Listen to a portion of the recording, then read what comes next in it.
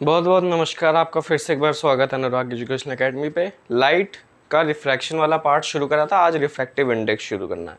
देखो, लाइट में जब रिफ्रैक्शन शुरू करा जाता है तो एक बार आपको अगर रिफ्रैक्शन के बेसिक पता चल जाते हैं तो पहली बात, रिफ्रैक्टिव इंडेक्स को समझने में उतनी मुश्किल नहीं होती। दूसरी बात, रिफ्रैक्टिव इंडेक्स काफ़ी बच्चों को थोड़ा कॉम्प्लेक्स लगता है, मतलब उसको समझने में थोड़ी दिक्कत होती है। कुछ टीचर अलग समझाते हैं, कुछ टीचर मतलब अलग अलग वे होता है सबका। तो अगर आपको रिफ्रैक्टिव, देखो सबसे पहली बात, अगर आपको लगता है कि आपको रिफ्रैक्टिव इंडेक्स आता है, अच्छा खासा आता है, तो मैं यहाँ नीचे एक टाइम स्टैम्प दे रहा हूँ। उस टाइम स्टैम्प पे जाना, आखिरी में होगा वीडियो के, क्वेश्चन दे रखा है मैंने। वो क्वेश्चन रिफ्रैक्टिव इंडेक्स के कंसेप्ट के ऊपर है। अगर आप वो क्वेश्चन कर ले जाते हो, उसका मतलब आपका पूरा रिफ्रैक्टिव इंडेक्स से कंसेप्ट बिल्कुल क्लियर है, आपको लेक्चर देखने की कोई जरूरत नहीं, वही चीज़ इस लेक्चर में आएंगी। अगर आप क्वेश्चन कर लेते हैं, well and good, time waste करने की जरूरत नहीं। अगर वो नहीं बनता तो वापस इसी टाइम पर आ जाना और ये पूरा लेक्चर देखना। इसमें रिफ्रैक्टिव इंडेक्स के सारे कंसेप्ट जो हैं वो क्लियर होंगे। समझ में आ गई बात? एकदम ध्यान से नोट्स वोट्स बना के शुरुआत से चलना। पूरा रिफ्रैक्टिव इंडेक्स कम से कम टाइम में अच्छे से अच्छे समझाने की कोशिश करूंगा मैं, और आई होप समझ भी आप लोग जाओगे। तो शुरू कर रहे हैं रिफ्रैक्टिव इंडेक्स के साथ। हेडिंग डालेंगे पहले, ठीक ठाक नोट्स बनाएंगे और ठीक ठाक क्वेश्चंस भी करेंगे, बीच बीच में क्वेश्चंस भी करते रहेंगे अगर जो कंसेप्ट पढ़ा है। अब देखो, शुरू कर रहे हैं।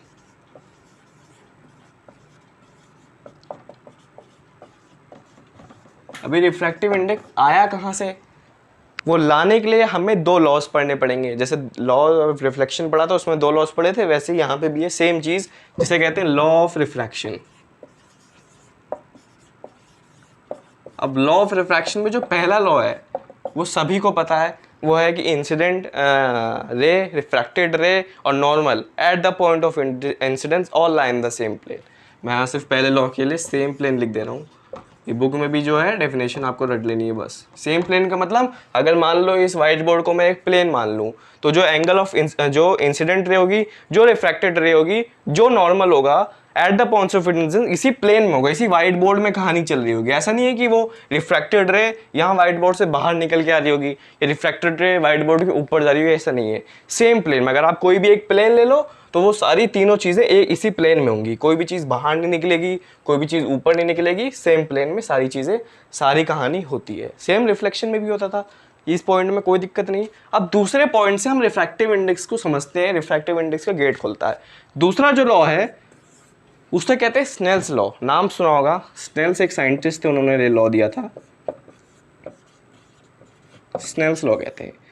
ये स्नेल्स लॉ कहता है कि अगर हम sine of angle of incidence ले लें और sine of angle of refraction ले लें, इनका जो रेशियो होता है, फिर से स्नेल्स लॉ कहता है ratio of sine of angle of incidence to sine of angle of refraction. Angle of incidence to angle of refraction नहीं, उन दोनों का sine, sine theta cos theta, ये सारी चीजें पता होंगी, 10th में पढ़ी हैं।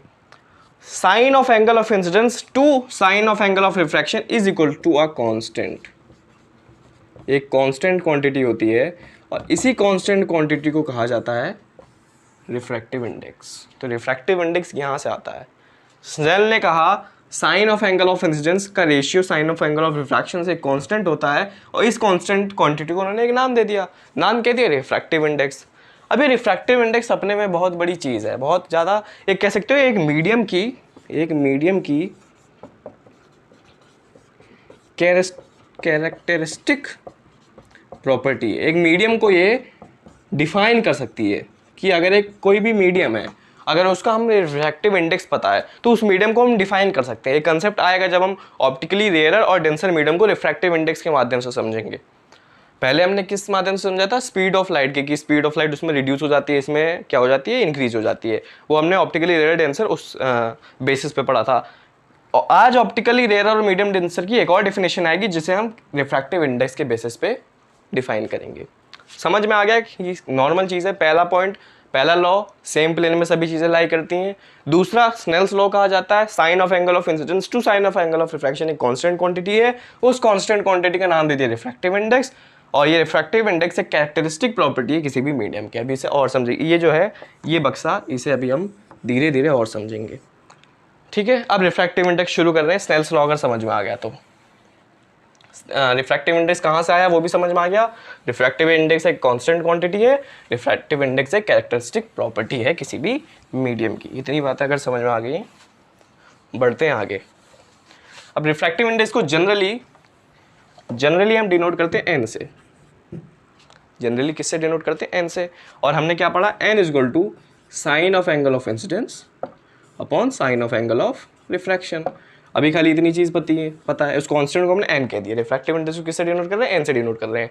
अब जनरली एक अगर मैं आपको चीज़ बताऊं, ये जो एंगल ऑफ इंसिडेंस होगा वो कहीं ना कहीं एयर में होगा, मतलब लाइट एयर से आ रही होगी उस ग्लास स्लैब में, तो जो एंगल ऑफ इंसिडेंस बनाएगा वो एयर में बनाएगा, ये पूरा एयर है। और जो एंगल ऑफ रिफ्रैक्शन होगा वो किसी भी मीडियम में होगा, ग्लास हो वाटर हो, ठीक है। जनरली क्या है, वैसे तो किसी में भी हो सकता है कि ग्लास से एयर में जा रही हो तो अलग चीज़ हो जाएगी, जो एंगल ऑफ इंसिडेंस होगा वो हम ग्लास का लेंगे, जो एंगल ऑफ रिफ्रैक्शन होगा वो हम एयर का लेंगे। लेकिन जनरली जो हम क्लास 10 में पढ़ते हैं वो हम चीज़ों को एयर के रिस्पेक्ट में देखते हैं। अभी ये चीज़ और क्लियर होगी जब हम स्पीड ऑफ लाइट से उसको करने लगेंगे, धीरे धीरे चलना साथ में।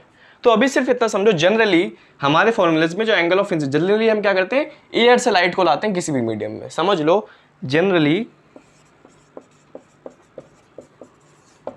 light travels from air to that medium। और जब हम रिफ्रैक्टिव इंडेक्स निकालते हैं तो रिफ्रैक्टिव इंडेक्स उस मीडियम का निकलता है, किसके रिस्पेक्ट में? एयर के रिस्पेक्ट में। रिफ्रैक्टिव इंडेक्स का जो फॉर्मूला है sine of angle of incidence to sine of angle of refraction, उसमें क्या होता है, जब हम रिफ्रैक्टिव इंडेक्स की ये वैल्यू मिलती है तो ये वैल्यू उस मीडियम की होती है, उस मीडियम की रिफ्रैक्टिव इंडेक्स होता है। और किसके रिस्पेक्ट में हम देख रहे होते हैं? एयर के रिस्पेक्ट में। इसलिए जनरली हम एयर से लाइट को ट्रैवल करवाते हैं। समझ में आ गई ये जो चीज़ है वो और समझ में आएगी जब हम स्पीड के साथ कंपेयर करेंगे। अभी ये साइन वाले पे क्वेश्चन कर लो, बस सब समझ जाओगे आप साइन वाले को यूज़ कहाँ करना है। जैसे क्वेश्चन अगर इस पे बने तो क्या बन सकता है? क्वेश्चन कुछ ऐसा बनेगा कि light is travelling from air at an angle of 72 degree to, समझ लो, to a medium X at an angle of 40 degree. Find refractive index को मैं n लिख रहा हूँ ऑफ x, ठीक है। और आपको यहाँ पे कुछ वैल्यूज भी देते हो क्योंकि आपको पता नहीं है साइन 72 डिग्री साइन 40 डिग्री की क्या वैल्यू, आपको तो पता नहीं है। तो यहाँ दिया होता है आपको कि sine 72 degree is equal to 0.95, sine 40 degree is equal to 0.64। ये वैल्यूज़ आपको दी होती हैं क्वेश्चन में। कोई भी साइन का कोई भी एंगल दिया होगा आपको, उसके साथ अगर साइन रिलेटेड क्वेश्चन आएगा तो साइन की वैल्यू भी दी होगी। अब क्या कह रहा है, क्या light is travelling from air at an angle of 72 degree, मतलब लाइट कैसे आ रही है? एयर से आ रही है और नॉर्मल से at an angle of 72 degree पे आ रही है। वो मीडियम में जा रही है, और जब मीडियम में जा रही है तो एट एन एंगल वो कहाँ पे जा रही है? एंगल ऑफ रिफ्लेक्शन क्या बना रही है? 40 डिग्री का। ये इस नॉर्मल इंग्लिश से हमें पता चल गया। अब फाइंड एन ऑफ एक्स। तो एक बात हमेशा याद रखना, जब भी लाइट एयर से किसी मीडियम में आती है तो जो रिफ्रैक्टिव इंडेक्स निकालते हैं वो उस मीडियम का निकलता है, इसलिए यहाँ पे फाइंड एन ऑफ एक्स लिख रखा है।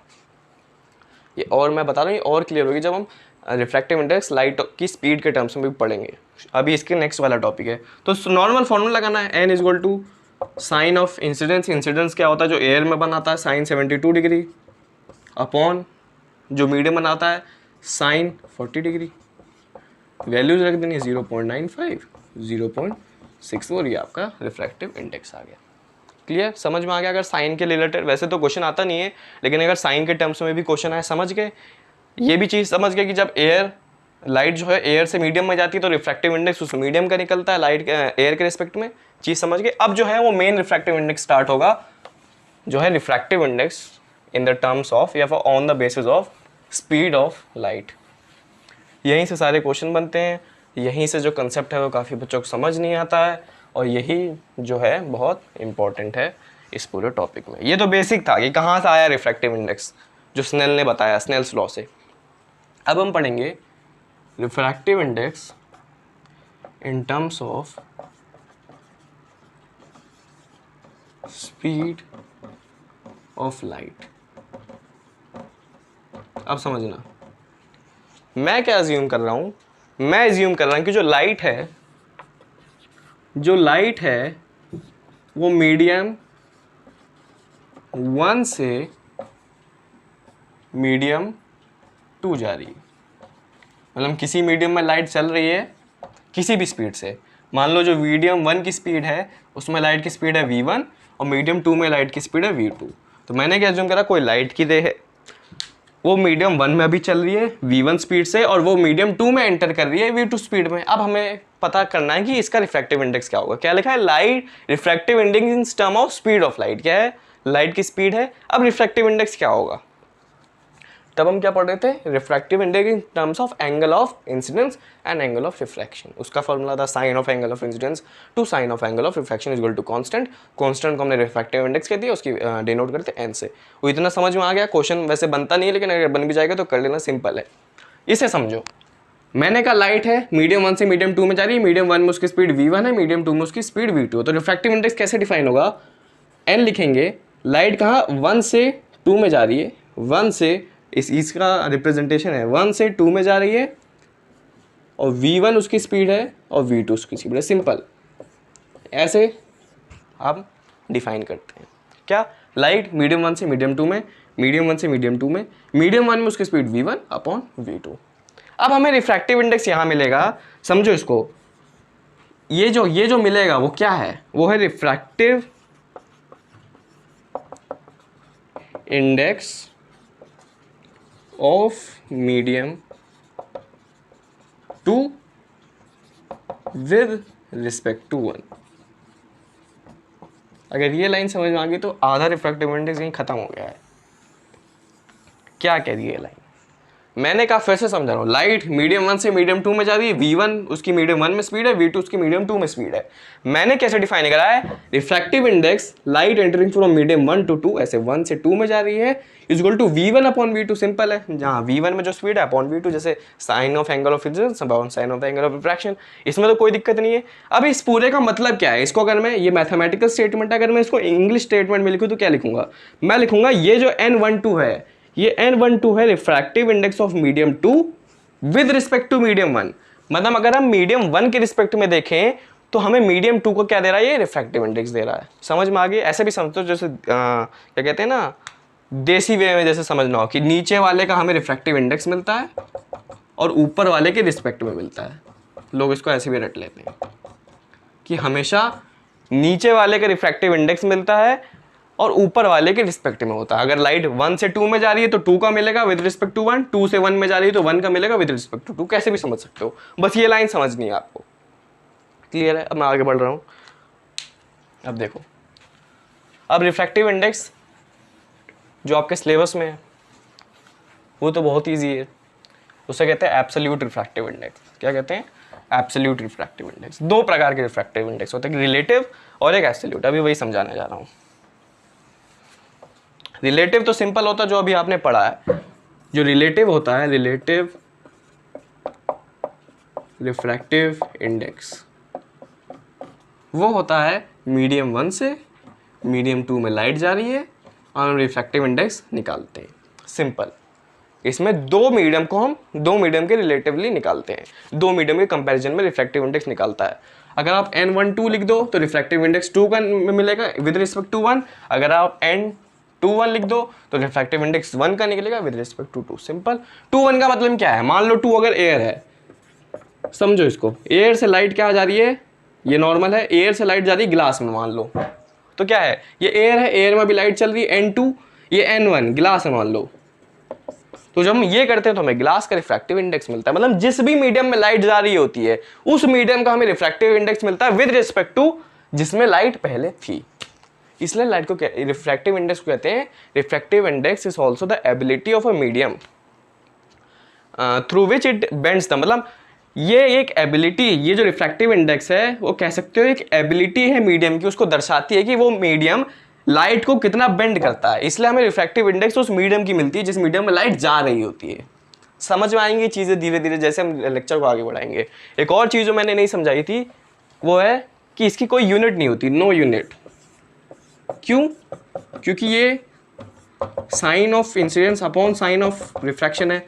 दो एंगल्स का ही रेशियो, अगर आप कोई भी सिमिलर क्वांटिटीज का रेशियो लेते हो तो उसकी कोई यूनिट नहीं होती, इतना तो जनरल नॉलेज है ही। तो ये दो देखो सिमिलर है, ऊपर भी एंगल नीचे भी एंगल, साइन के टर्म्स में दोनों कट जाएंगे, आपको कुछ मिलेगा ही नहीं, नो यूनिट्स, प्योर क्वांटिटी है, प्योर नंबर आता है, समझ गए। रिलेटिव रिफ्रैक्टिव इंडेक्स, दो मीडियम्स होंगे, हमें नहीं पता कौन मीडियम, मान लो ग्लास से वाटर में जा रही होगी, आग से कहीं पे भी जा रही है, दो मीडियम है, बस समझना है कि अगर N12 लिखा हो तो ये N21 लिखा तो ये, वो समझ में आ गया तो क्लियर। अब देखो जो हम पढ़ते हैं, जो हमारे सिलेबस में है एब्सोल्यूट रिफ्रैक्टिव इंडेक्स, इसको समझो, यही सिलेबस में यहीं से क्वेश्चन आते हैं, और ये बहुत ईजी है, इससे तो बहुत ईजी है। क्यों? क्योंकि इसमें हम मान लेते हैं कि medium 1 is equal to air.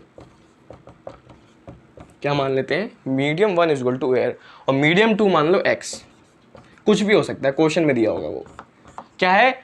हम सारे रिफ्रैक्टिव इंडेक्स किसके टर्म्स में, किसके रिस्पेक्ट में निकाल रहे हैं? मीडियम एयर में। किसके रिस्पेक्ट में? एयर के रिस्पेक्ट में। सिंपल हो गई सारी चीजें। अब देखो क्या लिखते हैं, जैसे n एयर टू ग्लास जा रही है मान लो, सारी चीजों को, ये एयर यहाँ पे फिक्स रहेगा, ये एयर यहाँ पे फिक्स रहेगा, कोई इसकी टेंशन ही नहीं है, हर में अब एयर यहाँ पे फिक्स रहने वाला है आपका, ये इतना समझ लो। और जिस भी मीडियम में जा रही है उसको यहाँ लिखोगे बीच में n, या जिसको मैंने x लिया है ना, मीडियम 2 को x लिया है तो इसको x मान लो, कोई भी मीडियम हो, हमें कोई फर्क नहीं है। क्या होता है फॉर्मूला? फॉर्मूला याद रखो, speed of light in medium 1। Medium 1 यहाँ क्या है? एयर है। एयर में स्पीड ऑफ लाइट क्या है? सबको पता है, उसको मान लो vc कह दो, और speed of light in medium वो हमें पता नहीं है, तो इसको कह लो speed of light in medium x। Simple, यही हो गया, खत्म आपका रिफ्रैक्टिव इंडेक्स। देखो एब्सोल्यूट रिफ्रैक्टिव इंडेक्स है जिसमें हम मीडियम 1 को एयर मानते हैं, जिसमें हम सारे रिफ्रैक्टिव इंडेक्स किसी भी मीडियम के निकाल रहे हो, रिस्पेक्ट को क्या करते हैं, किसके रिस्पेक्ट में निकालते हैं? एयर के रिस्पेक्ट में। अब देखो हमें क्या निकालना है, ये यहाँ पे एयर अब फिक्स रहेगा, n एयर से x में जा रही है, तो क्या फॉर्मूला है? सिंपल है, इसकी स्पीड लिखते हैं फिर अपॉन इसकी स्पीड, तो मिल गया, सिंपल फॉर्मूला मिल गया। अब इसे और देखो इलैबोरेट करते हैं, चीजें समझ में तो आ रही है ना, इसको और इलैबोरेट करते हैं। अब जनरली देखो क्या लिखते हैं, हर बार एयर लिखने की जरूरत तो है नहीं। मान लो मैं निकाल रहा हूं speed of light in air, मान लो अगर है 3 × 10⁸ मीटर पर सेकेंड, ठीक है, और स्पीड ऑफ लाइट, ये क्वेश्चन ही है, मान लो ये क्वेश्चन है, speed of light in glass मान लो, या वाटर मान लो, चलो मान लो, अभी मैं लिख रहा हूँ खाली 2.25, चलो 2 × 10⁸ मीटर पर सेकेंड। क्वेश्चन है, बस फैक्ट पे मत ध्यान देना कि वही वाटर की तो होती है, आपने एक लिख दिया, खाली क्वेश्चन है, नॉर्मल क्वेश्चन बना लिया मान लो। अब पूछ क्या रहा है? रिफ्रैक्टिव इंडेक्स ऑफ वाटर पूछ रहा है। कैसे करोगे? सिंपल है भाई, हमें एक मीडियम का पूछ रहा है, जो हमने x माना था वो x, बस उसने यहाँ पे वाटर लिख दिया, और एयर में तो चल ही रही है, एयर के रिस्पेक्ट में हमें निकालना है रिफ्रैक्टिव इंडेक्स वाटर, सिंपल सा फॉर्मूला है। अब जनरली देखो वो नहीं लिखते, जनरल रिप्रेजेंटेशन ऐसे है, देखो n किसका निकालना है? वाटर का, तो NW लिख दो, यहाँ पे तो एयर है ही, सब में पता ही है, तो सिंपल लिख लो NW। अब NW क्या होगा? Speed of light in air, speed of light in W water, तो NW क्या होगा? Speed of light in air क्या है? 3 × 10⁸ upon speed of light in water क्या दे रखी है? 2 × 10⁸। ये 10⁸ से कट गया, सिंपल आपका 1.5 आ गया answer, refractive index of water, खत्म। मतलब रिफ्रैक्टिव इंडेक्स होता गया है, रिफ्रैक्टिव इंडेक्स जो हम पढ़ने वाले हैं। अब अगर सारी चीजें भूल जाओ तब भी कोई दिक्कत नहीं है, खाली एब्सोल्यूट रिफ्रैक्टिव इंडेक्स को याद रखो। रिफ्रैक्टिव इंडेक्स हमारे लिए क्या है? नीचे वाले का हमें रिफ्रैक्टिव इंडेक्स मिलता है, ऊपर वाला एयर रहना चाहिए, समझो। अगर यहाँ रिफ्रैक्टिव इंडेक्स मीडियम x का लिखा जैसे मैंने समझाया था, तो यहाँ speed of light in x होनी चाहिए और ऊपर एयर ही रहनी चाहिए। मतलब एयर की स्पीड आपको कहीं ना कहीं क्वेश्चन में दी होगी, अगर नहीं दिए तो आप 3 × 10⁸ मीटर पर सेकेंड मानेंगे, ठीक है।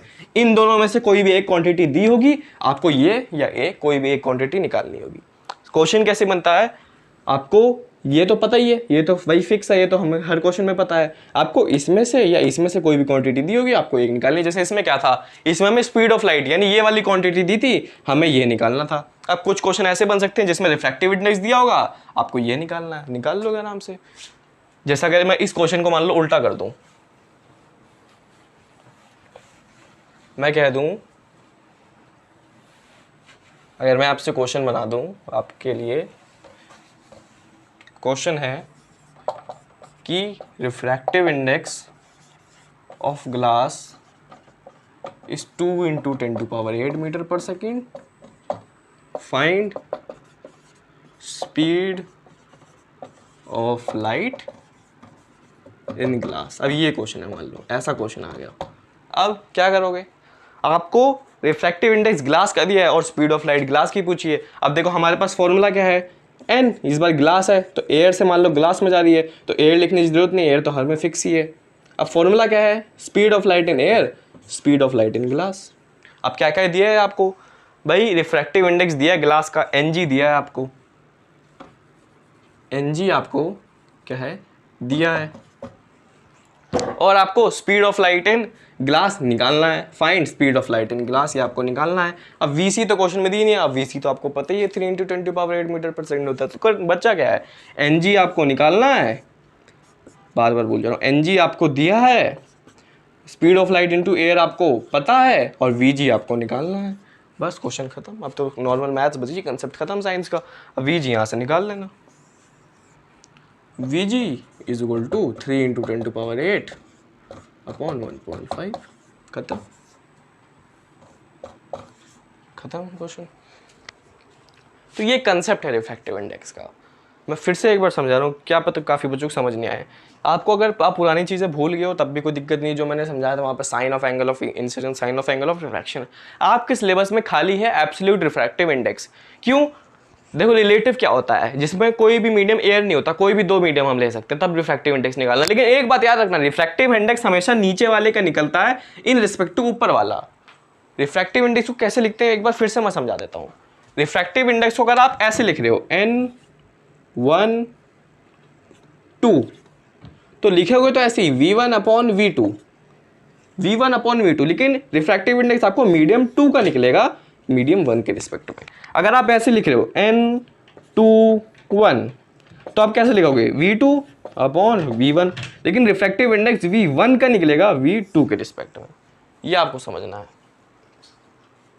अगर ये समझ में आ गया तो अब देखो, अब एब्सोल्यूट रिफ्रैक्टिव इंडेक्स में क्या चीज़ है, एब्सोल्यूट रिफ्रैक्टिव इंडेक्स में ये वाला फिक्स है, तो ये वाला आपको ऐसे निकल जाता है। समझ रहे हो ना? एब्सोल्यूट रिफ्रैक्टिव इंडेक्स में अगर मैं लिखूं V1 तो एयर हो गया और V2 तो कैसे लिखेंगे V_air/V2। अब ये तो फिक्स है और ये हमें मिलता है, तो हमें क्या मिलता है, refractive index into with respect to air, इसे हम कहते हैं एब्सोल्यूट रिफ्रैक्टिव इंडेक्स। बस रिफ्रैक्टिव इंडेक्स अगर ये समझ ली, वो लाइन समझ ली, तो रिफ्रैक्टिव इंडेक्स आपका क्लियर हो जाएगा। ये पहले समझ, ये बेसिक है, ये समझ में आना चाहिए, तब वहां पहुंचना। क्या है एन, मैं फिर से समझा रहा हूं तभी आगे बढ़ूंगा। N1 से 2 में जा रही है लाइट, तो V1/V2 निकलता किसका, इस वाले का, मीडियम 2 का विद रिस्पेक्ट टू मीडियम 1।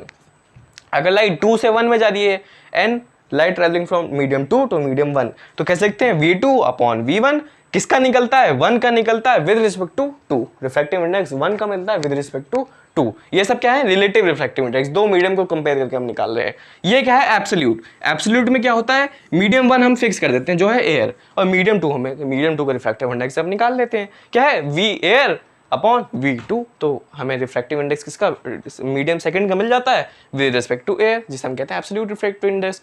तो यहाँ विद रिस्पेक्ट टू एयर को हम नॉर्मली कॉमन ले लेते, तो हम कहते हैं कि हमें उस मीडियम का रिफ्रैक्टिव इंडेक्स मिल गया। जैसे यहाँ पे हमें Ng दिया हुआ था, हमने Vg निकाल लिया। समझ में आ रही है बातें? अब आगे बढ़ेंगे, आगे हमें और कंसेप्ट समझने हैं, इसमें ऑप्टिकली रेयर, ऑप्टिकली डेंसर का आएगा, उसके बाद और कुछ चीज़ें आएंगी, फिर 2-3 न्यूमेरिकल्स करेंगे। तो अगर ये कंसेप्ट अगर क्लियर होगा तभी आगे चीज़ें समझ में आएंगी, वरना नहीं समझ में आएंगी। समझ गए? चलो अब समझो, ठीक है। अब मैं समझाने जा रहा हूँ optically rarer and optically denser in terms of refractive index. समझ जाओ बस इन सब चीज़ों को, यहीं से क्वेश्चंस भी बनते हैं, ठीक है। अगर रिफ्रैक्टिव इंडेक्स का कंसेप्ट अगर पता है तो इन सब चीज़ों को भी आप समझो। देखो कैसे समझना है, एक लाइन लिख लो पहले कि refractive index of a medium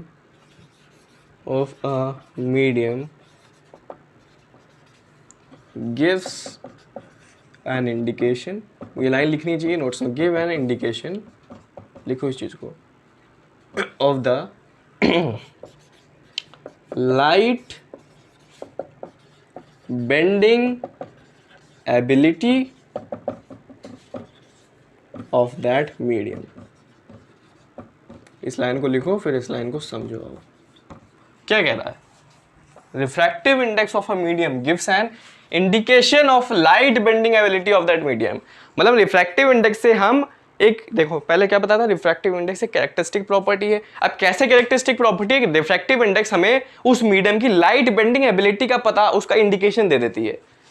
देखो ऑप्टिकली रेयर और ऑप्टिकली डेंसर से कैसे रिलेट करा, ऑप्टिकली रेयर और ऑप्टिकली डेंसर क्या देते थे कि light away from the normal bend हो रही है या टुवर्ड्स द नॉर्मल बेंड हो रही है। वो क्या है? Away from the normal, towards the normal, refractive, एक में रिफ्रैक्शन एंगल ज़्यादा, एक में angle of refraction come, angle of incidence से, वो सब क्या है? Light bending ability. मतलब एक मीडियम लाइट को कितना बेंड कर दे रही है, समझ रहे हो ना।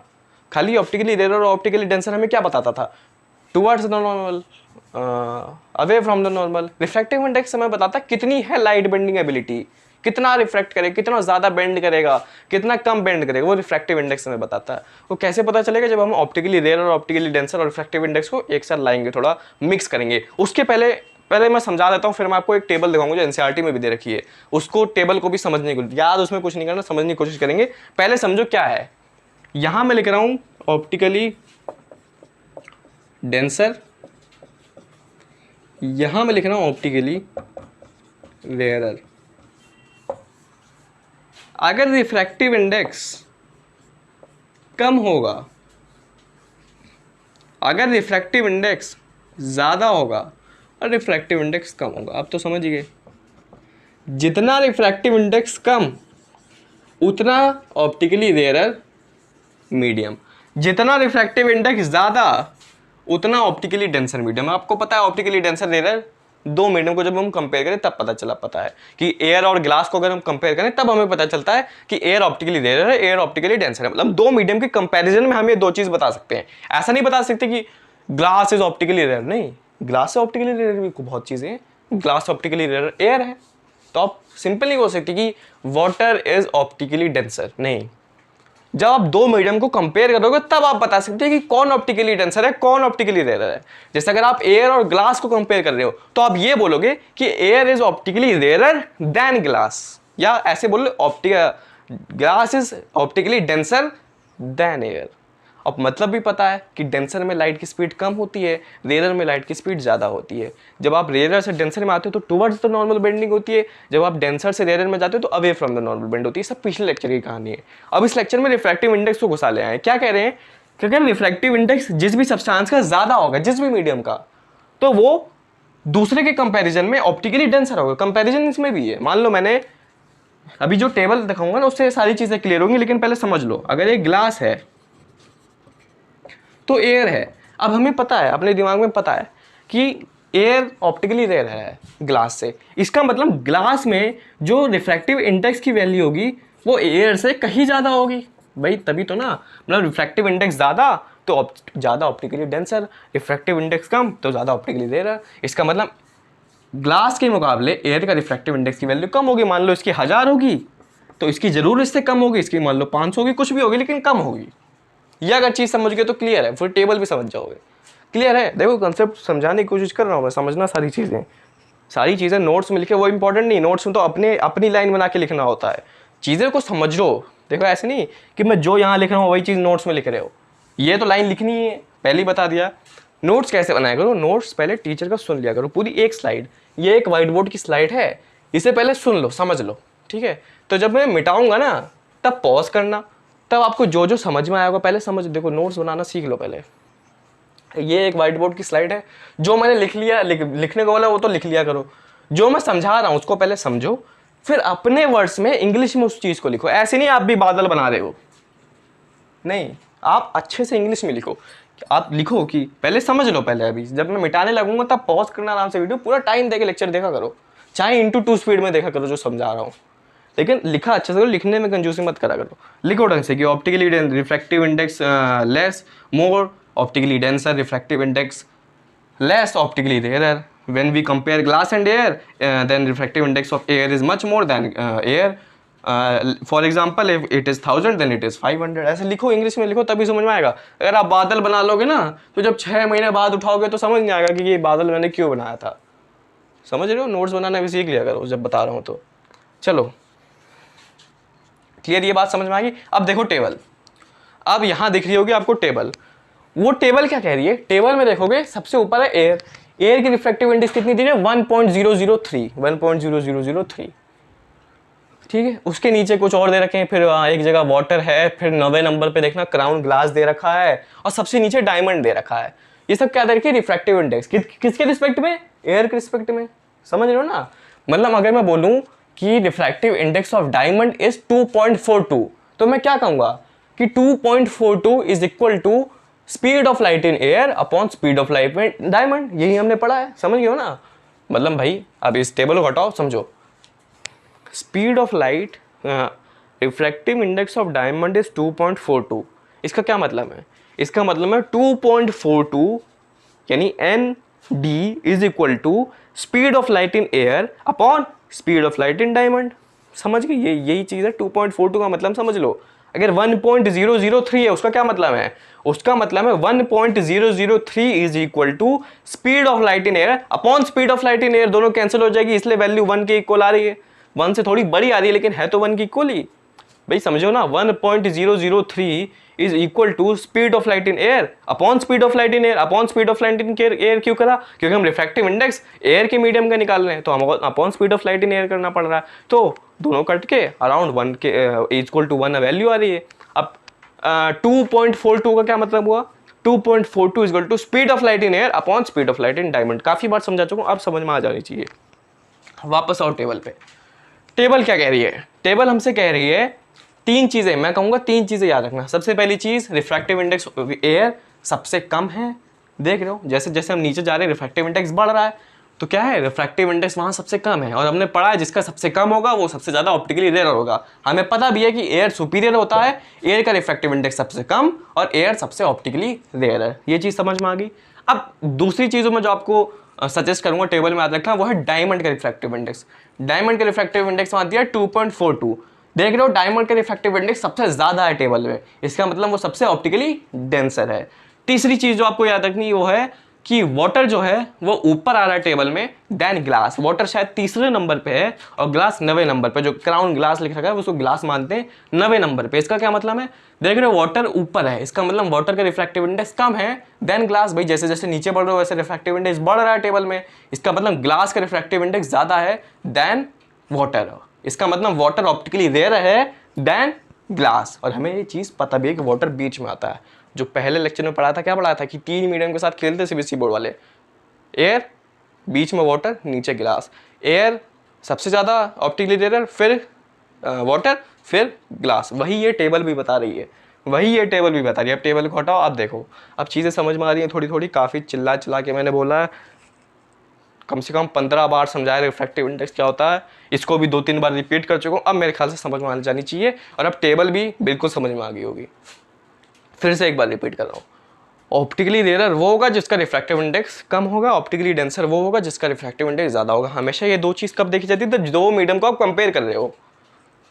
नहीं बोल सकते कि एयर सबसे ज्यादा, वाटर सबसे ज्यादा वाटर इज ऑप्टिकली रेयर. ये स्टेटमेंट गलत है. ये बोलो कि water is optically rare than glass. ये स्टेटमेंट सही है.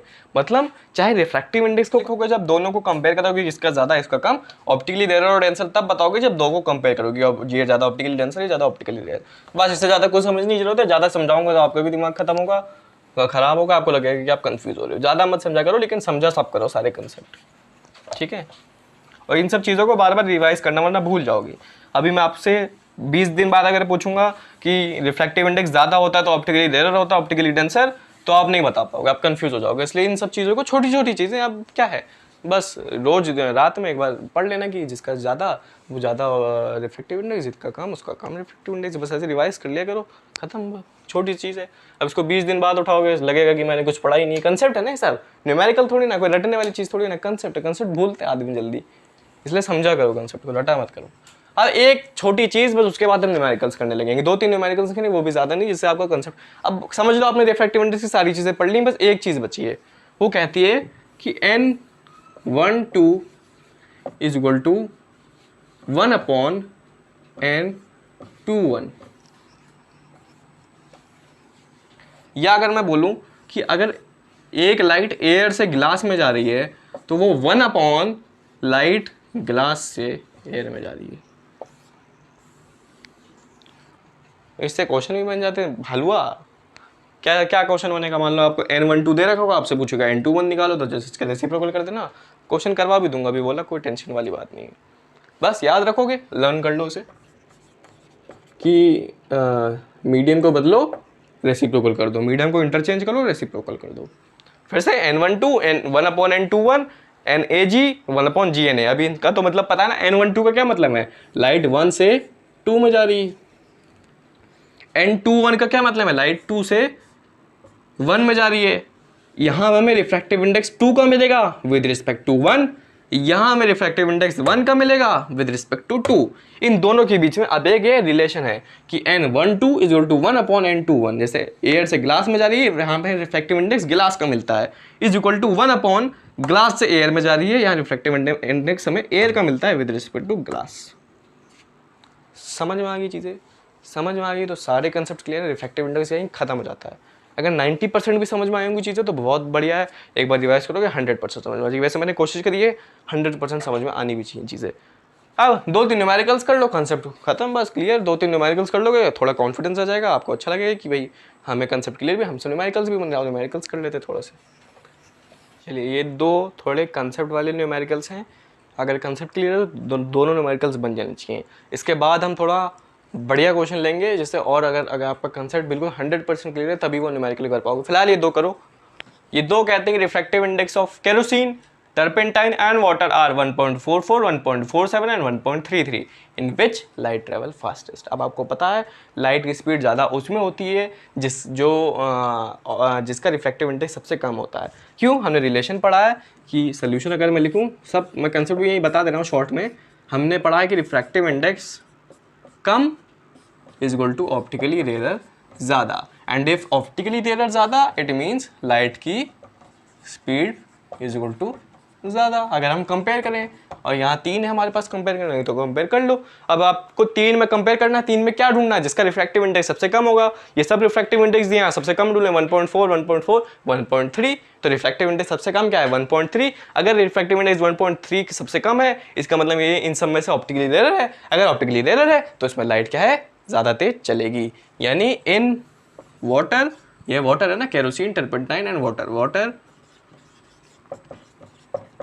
Light travels fastest. तुरंत नीचे वाला भी करो, नीचे वाले में मैंने ऑप्शन भी दे रखे हैं, तुरंत एक ऑप्शन टिक करो, फिर पॉज करिए, फिर ये मेरी वीडियो देखो। पॉज कर लिया, सॉल्व कर लिया। रिफ्रैक्टिव इंडेक्स मैं कर रहा हूँ, the refractive index of air कर रहा हूँ मैं, सॉल्व देख लो, पॉज करके सॉल्व करना ना। एयर से ग्लास में जा रही है, 3/2 दे रखा है। हमसे पूछा ग्लास से एयर में जाएगी तो क्या है, अब पलट दिया है, पहले एयर से ग्लास में जा रही थी, अब ग्लास से एयर में जा रही है, तो पलटने पे हम क्या करते हैं, इसको पलट देते हैं, इसको पलटेंगे तो 2/3 हो जाएगा। 2/3 यानी 4/6।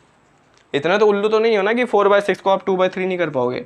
अब कुछ लोग होंगे इसी में कंफ्यूज हो गए कि 2/3 तो दिख ही नहीं रहा। भाई ऐसे फंसा भी सकता है, बोर्ड वाला है, समझ गए भाई। 2/3 है ना, 2 2 जा 4 और 2 3 जा 6, 3/2 ये पलटा तो हमने भी पलटा, पलट के हमें 4/6 मिला, जिसको हम 2/3 भी कह सकते हैं। हाँ चलो बढ़िया। ये अगर दोनों क्वेश्चन हो लिए तो कंसेप्ट भी क्लियर हो लिए आपका। अब लास्ट क्वेश्चन अगर कर लोगे तब तो रिफ्रैक्टिव इंडेक्स समझ लो, क्या ही बताऊँ, बस समझ लो।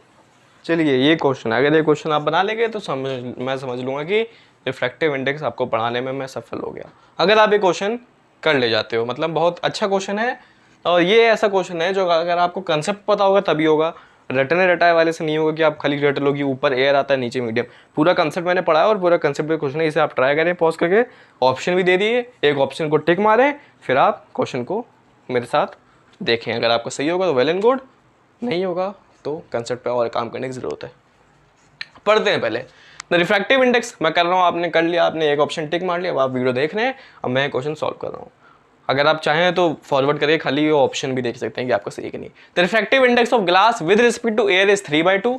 कह रहा है कि refractive index of glass with respect to air is 3/2। फिर कह रहा है कि रिफ्रैक्टिव इंडेक्स ऑफ वाटर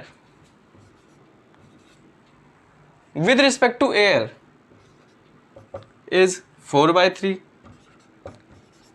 फिर कह रहा है कि find refractive index of glass with respect to water.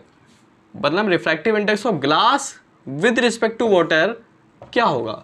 अगर आप ये तीन चीज लिख पाएंगे तो आपका क्वेश्चन हो गया, फिर तो कुछ बचा ही नहीं है। ये इंग्लिश स्टेटमेंट को अगर आप साइंस वाले स्टेटमेंट में कन्वर्ट कर ले तो क्वेश्चन हो गया। क्या कह रहा है, refractive index of glass with respect to air, तो विद रिस्पेक्ट वाला यहां आता है, रिफ्रैक्टिव इंडेक्स जिसका निकाल रहे हो यहां आता है, समझाया था। Refractive index of water with respect to air, water with respect to air. अब क्या बोल रहा है, glass with respect to water, glass with respect to water, ये आपको निकालना है। अब हमें निकालने के लिए क्या चाहिए, देखो ये इसका फॉर्मूला क्या होगा, NWG क्या होगा, NWG को कैसे लिखोगे, कैसे लिखते हैं, जो ये वाला होता है वो नीचे आता है VG और ये वाला ऊपर आता है VW। जो हमने पढ़ा था उसमें ये VC होता था, मोस्टली एयर में लेते थे, जैसे यहाँ दे रखा है, और ये वाला हम निकालते थे, इस वाला NG लिख लेते थे। तो ये हमें निकालना है, हमें VW/VG निकालना है। अब VW और VG कहाँ से मिलेगा, यहाँ से मिलेगा। कैसे मिलेगा, यहाँ से देखो VG मिल जाएगा, यहाँ से VW मिल जाएगा। वो कैसे, कंसेप्ट तो पता होना चाहिए ना, कैसे लिखेंगे इसको, डिकोड करो, कैसे करोगे, NAG को कैसे लिखोगे, V of A upon V of G, भाई ऐसे तो लिखते हैं, अभी समझाऊंगा। देखो इसको कैसे लिखोगे, N of AW is equal to V of A upon V of W, भाई ऐसे नहीं लिखोगे क्या, और कैसे लिखोगे, समझ में आ रही चीज़ है कि नहीं। क्वेश्चन को डिकोड कर, अब देखो NWG इस वाले को नीचे लिखा जाता है, इस वाले को ऊपर लिखा जाता है। जैसे अगर मान लो ये ऐसे हो N12, तो हम क्या लिखते थे, N of 1 upon N of 2, और निकालता किसका है, 2 का निकालता है विद रिस्पेक्ट टू 1, ये हमने पढ़ा था। रिलेटिव रिफ्रैक्टिव इंडेक्स का है ये, एब्सोल्यूट नहीं है यहाँ पे, खाली ये दोनों एब्सोल्यूट है, ये रिलेटिव है। देख लो यहाँ एयर का कोई काम नहीं, यहाँ आपको रिलेटिव इसलिए, यहाँ आपको एब्सोल्यूट इसलिए दे रखा है ताकि आप ये दोनों निकाल पाओ, उससे आपको ये निकालना है, समझ लो। ये बहुत तगड़ा क्वेश्चन है ये, ठीक है। अगर N21 लिखा होता तो कैसे करते थे, N2 अपॉन N1, N2 मतलब V1 यार, यहाँ पे V1 upon V2, V1 upon V2 upon V1, और निकलता किसका था, इस वाले का निकलता है, इसका निकलता था विद रिस्पेक्ट टू इस, तो वही चीज़ मैंने यहाँ लिखी है एक्सपेंड करके। अब यहाँ से ये नहीं निकाल सकते क्या, ये पता ही है, ये पता है ना आपको, ये भी पता है ये निकालना है, ये पता है ये भी नहीं पता ये निकालना है। हाँ निकाल भी देते हैं, ये क्वेश्चन लिख लिया, पढ़ लिया, ठीक है, हो गया। बस यहाँ पे हमें ये दे रखा है NAG दे रखा है 3/2, यहाँ में लिख लेता हूँ, और ये NWA दे रखा है 4/3, बस यही दोनों जरूरत है। अब क्वेश्चन और सॉल्व करते हैं।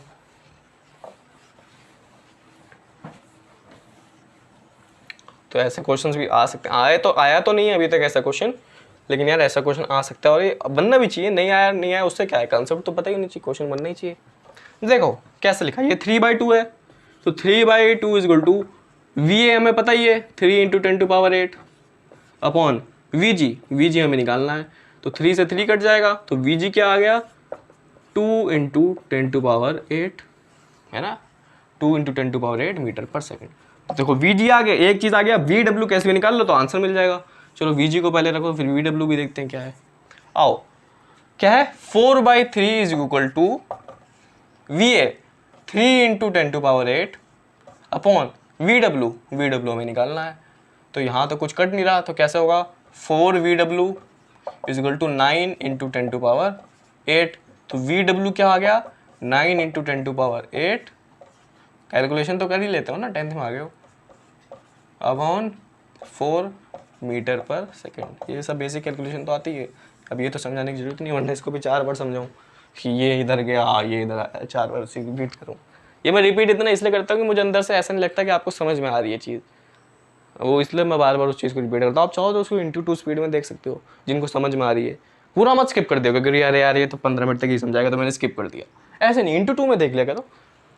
चलो, इसलिए तो भाई देखो, यूट्यूब वाले ने आपके हाथ में दे रखा है कि स्पीड को आप कम भी कर सकते हो। कभी मेरी वीडियो आप 0.5 की स्पीड में देखना, मैं कभी कभी देखता हूँ 0.5 की स्पीड में, बहुत हंसी आएगी देखना कभी, है ना। चलो अब आपको कुछ करना ही नहीं है, अब कैलकुलेशन है। वी जी मिल गया या वी, अच्छा ये ए जी है, ये वी जी मिल गया, वी डब्ल्यू मिल गया। अब आपको कुछ नहीं निकालना है, बस मैं इसको समझ रहा था। एन डब्ल्यू जी निकालना था। क्या निकालना था, क्वेश्चन क्या था, refractive index of glass with respect to water, समझ गए। वी डब्ल्यू वी जी निकालना, दोनों को डिवाइड करना, इतना कर लो और मैं कर लेता हूँ, याद रखना 9 into 10 to power 8/4, 2 into 10 to power 8। चलो क्या कह रहा है, N W G is equal to V W upon V G. Option है ना, मतलब ऑप्शन मिटा दिया। वी डब्ल्यू हमने क्या निकाला था, 9 इंटू 10 टू पावर 8/4, और वी जी क्या है, वी जी क्या निकाला था, 2 इंटू 10 टू पावर 8 निकाला था, शायद भूल ना जाऊँ मैं, हाँ यही था। आओ 10 टू पावर 8 से 10 टू पावर 8 कटा, ये 9/4 इंटू 2 8 हुआ। अब 9/8 आपको करना, 9/8 क्या होता है, आओ करो। मतलब ये तो क्लियर होगा ना, ये ऑप्शन नहीं हो सकता, ये ऑप्शन नहीं हो सकता। 9/8 कुछ 1.1 आएगा तो या तो बी होगा या डी होगा, ठीक है। जिन्होंने ए और सी माना था वो तो अभी निकल लेगी, उनका गलत है। अब चलो 9/8, 8 1 8.10, 8 1 8, 2 बचा पॉइंट, 2 बचा तो 16, 16 4 1.125। Refractive index is pure number, no unit, 1.125, option number B. अगर आपने ऑप्शन नंबर बी पहले मार लिया, उसके बाद वीडियो देख रहे थे, सिर्फ आंसर देखने आए थे, तो आपको बधाई हो, आपने रिफ्रैक्टिव इंडेक्स पूरे कंसेप्ट पढ़ लिया, आपको रिफ्रैक्टिव इंडेक्स अच्छे से आता है। कोई सा क्वेश्चन आपसे रिफ्रैक्टिव इंडेक्स का नहीं छूटने वाला, कोई चाहे कुछ भी बना ले आप रिफ्रैक्टिव इंडेक्स से। अगर आपने ये क्वेश्चन बना लिया तो मेरे ख्याल से रिफ्रैक्टिव इंडेक्स आपका पूरा क्लियर है। आगे बढ़ जाइए, एकदम बिना डरे आगे बढ़ सकते हैं। लेंसेज भी मैं ही पढ़ाऊंगा, और लेंसेज में बहुत सिंपल है। क्या है, लेंसेज पढ़ना है, मिरर फॉर्मूला पढ़ना है, वो मिरर बोलो लेंस फॉर्मूला पढ़ना है, मैग्नीफिकेशन हो गया, convex lens, concave lens, power of lens, बस छोटी छोटी चीज़ें। कुछ चीज़ याद रखनी, रे डायग्राम बनाना आना चाहिए, उसको याद रखना, बस खत्म। कंसेप्ट तो यही था, रिफ्रैक्शन का कंसेप्ट इन 2 लेक्चर में था। उसके बाद लेंसेज हैं, उसमें कुछ खास नहीं है। तो ये लेक्चर अभी यहीं ख़त्म होता है। आई होप अगर ये क्वेश्चन नहीं हुआ कोई बात नहीं, अगर नहीं हुआ तो फिर से कंसेप्ट को एक बार फिर रिवाइज करना, फिर से ये क्वेश्चन करना, ठीक है। तो मिलते हैं आपसे नेक्स्ट वीडियो में, जिसमें हम लेंसेज को शुरू करेंगे। तब तक आप अपनी पढ़ाई, अपनी मेहनत जो भी आप कर रहे हैं करते रहिए, नोट्स आप अच्छे से बनाते रहिए। मिलते हैं आपसे नेक्स्ट वीडियो में, stay tuned with me, till then bye.